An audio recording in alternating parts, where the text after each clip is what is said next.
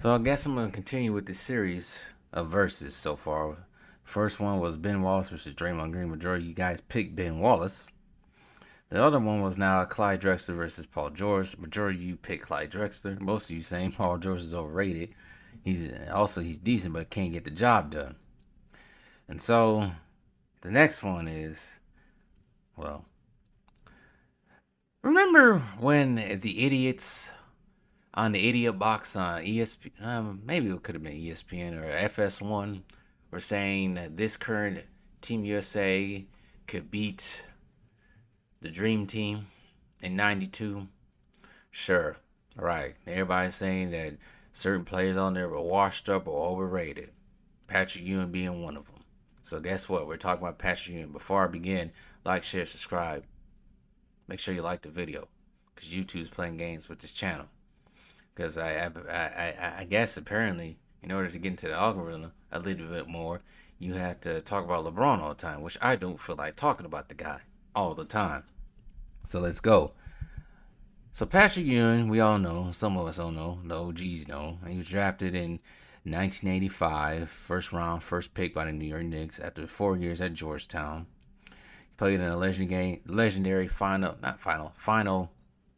NCAA championship game against the North Carolina Tar Heels, losing to, of course, Michael Jordan and James Worthy. And also, but they had a chance to redeem themselves later on. And they would end up playing Georgetown Hoyas, but end up playing the Houston. What is the Houston's? I don't even know what the Houston's, what's their mascot? What's their name? Houston what? Cougars, sorry. Playing the Houston Cougars led by Hakeem the Dream. But Georgetown and Patrick Ewing won 84-75. Ewing got his championship and also the Final Four's most outstanding player. He was also National College Player of the Year, 3-time consensus first team All-American, 2-time Big East Player of the Year, 2-time Big East Defensive Player of the Year, 3-time first team All Big East, 2nd time All Big East. And he was a McDonald's All-American and National Player of the Year. So, I don't know what these kids... Well, let's go on before I get there. So, for majority of his career in New York, unfortunately, New York had good teams, especially when they got to the 90s. They had James Starks, and times Anthony Mason, and Larry Johnson, and all those cats. And later on, when he finally got to the final... Well, they got to the finals a couple times. I'm tripping. The finals that I saw with my own eyes when I was actually paying attention to the NBA was against the Spurs when they played Tim Duncan and Duncan Robinson. And Patrick Ewing was basically hobbling. I didn't think he played that much during that playoff run. And that was an AFC New York Knicks team as well. I think that was the year I really got into basketball. But anyways, for majority of Patrick Ewing's career in New York, it was decent, but you play in the 80s, you got to face the Detroit Pistons, Chicago Bulls, Boston Celtics, Philadelphia 76ers. Or the Milwaukee Bucks. You got to face those teams. And then you get to the 90s, Jordan finally ascends, and now you got to go through him only. Jordan goes and retires for a year and a half. You get to the finals, but you run into Hakeem. Hakeem got his lick back on Patrick Ewing as well.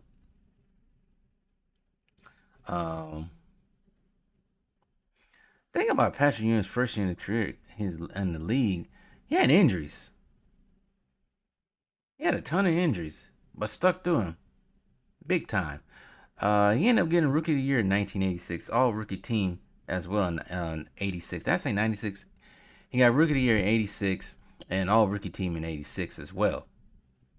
As far as his how he played, I'll go through this real quick because I don't want to stay making a 20-minute video again, a 30-minute video. So I'm trying to go through this. His style of play was, of course, post up, back to the basket. He could shoot a little bit. Now, he was also known for his defense as well. For the most part, for his career, he averaged 21 points a game and 9 rebounds a game while shooting 50% from the field. Let's see here. Yes, for most of his career. His best year Statistically, it was probably the 89-90 season. Um, that season, he averaged 28 points a game, 4 blocks, and shooting 77% from the free throw line. And he played in all 82 games, averaging 38 minutes, his highest in his career. Um, for most of his career, he did average a double-double, mostly anywhere from 24 points a game to 11 rebounds a game as well. Especially year in rebounds in 92, 93, averaging 12 rebounds a game. For the most part, also, he played in almost every game up until when he got older, of course. So he played in a majority of probably anywhere around from 80 to 82 games. Started off his career with played 50 games in his rookie year and played 60 games his sophomore year. And after that, he pretty much played almost every game up until, like I say, he got older. For the playoffs, he was a beast as well. His playoff career averages are 29.4. Actually had a career assists that year too, but that was his best year in the playoffs. The 90 season, 29 points, 3.1 assists, and 10 rebounds as well. And also shooting 82% from the free throw line as well. But like I said, his team, they had a good team. No doubt. The New York Knicks had good teams back then. Let's see here. And they're 90. Of course, it was coached by Pat Riley.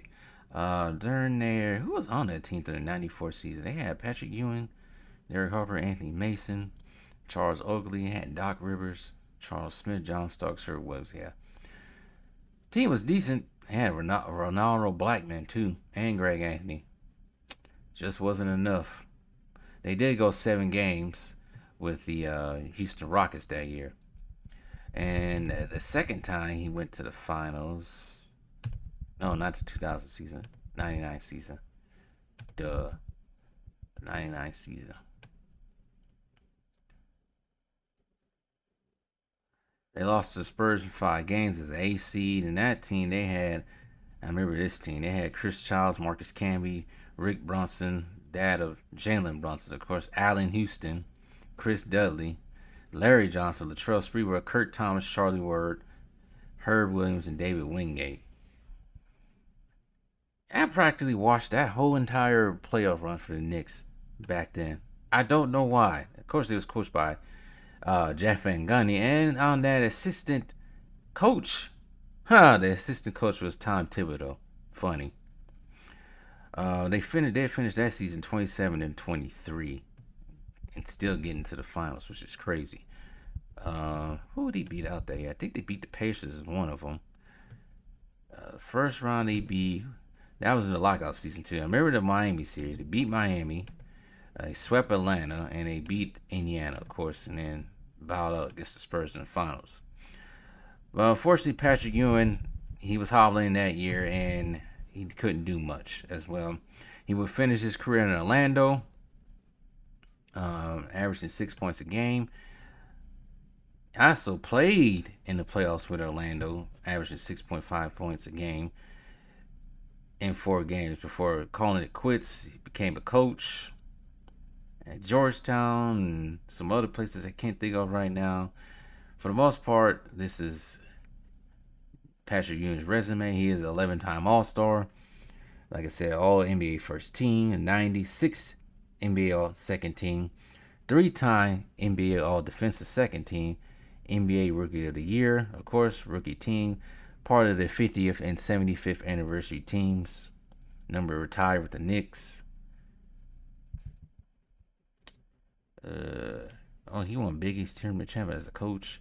He did score over 24,000 points, 11 rebounds, and 2,000 blocks. He's part of the Basketball Hall of Fame and College Hall of Fame, and also winning in '84 in Los Angeles, and Olympic Games in '92, and also an America's Championship in '92 in Portland before they set up to play Barcelona for that '92 Dream Team.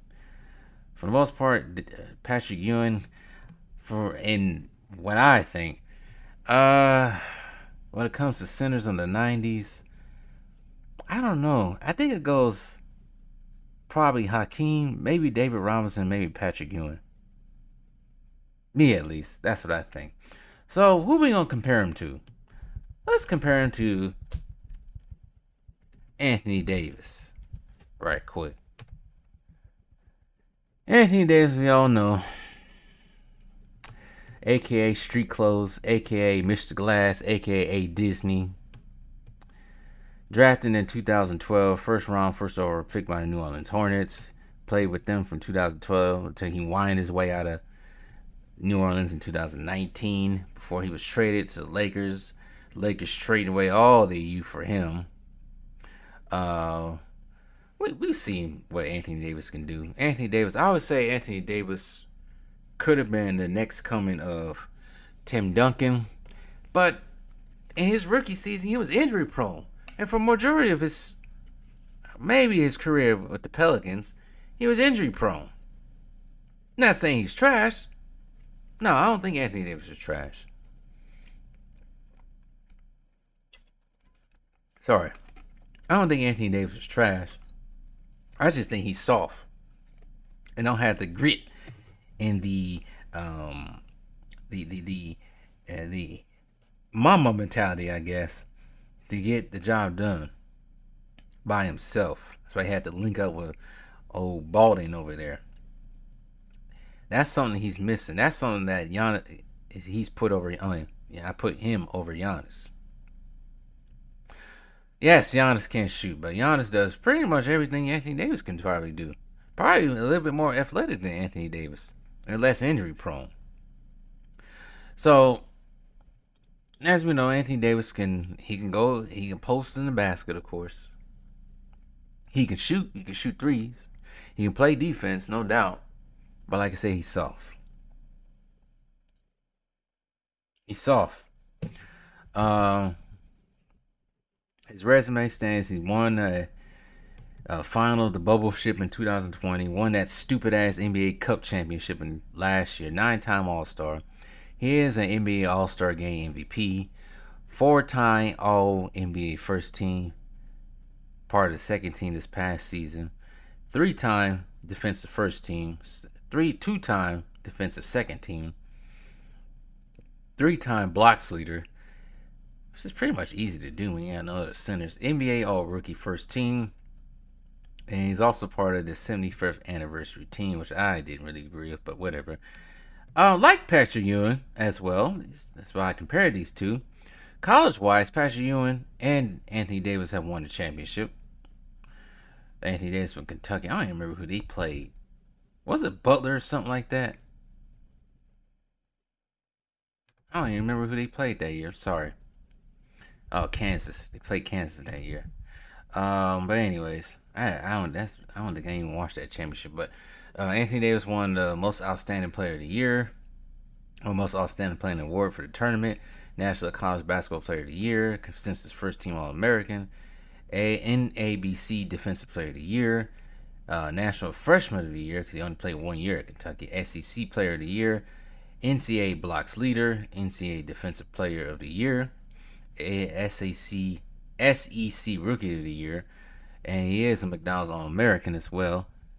So let's get that straight. He's also won an Olympic gold in 2012 as a rookie in London, and then he won a World Cup in 2014. Probably on his way to win another one in Paris.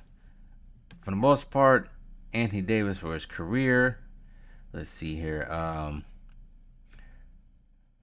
He has a lot of stats and records with the New Orleans. He leads New Orleans in points, rebounds, offensive rebounds, defensive rebounds, block shots, field goals made, career 2-point field goals made, career free throws made, career points, games, blocks. Of course, this is a newer team. Of course he is. He owns all the records. I'm not going to go through all that. With the Lakers, he only owns the single game free throws made, 26, single half free throws made, 18. I'm not going through all of that. He does hold some records in Kentucky as well, with the single game block shots at 7, tournament single block shots at 6, and going on. He holds a lot of stuff, so yeah. In college, I had to agree. He was decent in college, but I don't know how he got so injury prone when he got to the NBA. It's crazy. Maybe because he plays too many video games and not working on his body and eating badly. Maybe that could be it. But anyways, so let me see right here. So far in Anthony Davis's career, he's averaging 24 points a game, playing 736 games, averaging 10 rebounds, 2 assists, 2.3 blocks for his career, while shooting 29% from 3 and 52% from the field altogether. His best year points-wise was the 17-18 season for New Orleans Pelicans, 28 points a game. That's pretty much it. Has he ever led? I don't think he's ever led. He led in blocks, but he's never led in rebounding, though. That's been his issue. I don't think he's ever led in rebounder. Nope, he has not. He has led, like I said, he's led in blocks 3 times, never led in rebounder at all. So, with all that being said, once again, I'm too long-winded. Who would you guys take, Patrick Ewing or Anthony Davis? I don't know. I'm gonna leave that one up to you guys to pick. So it should be interesting what I see in the comment section down below. But anyways, I can't decide on that. I can't really decide on who I would pick out of that.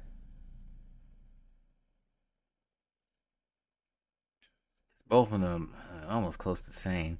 Anthony Davis probably. Then again, the thing about some of these older players that the kids keep talking about, they keep calling them plumbers, but some of these older players were athletic as well. So I don't know. Tell me what you guys think in the comments below.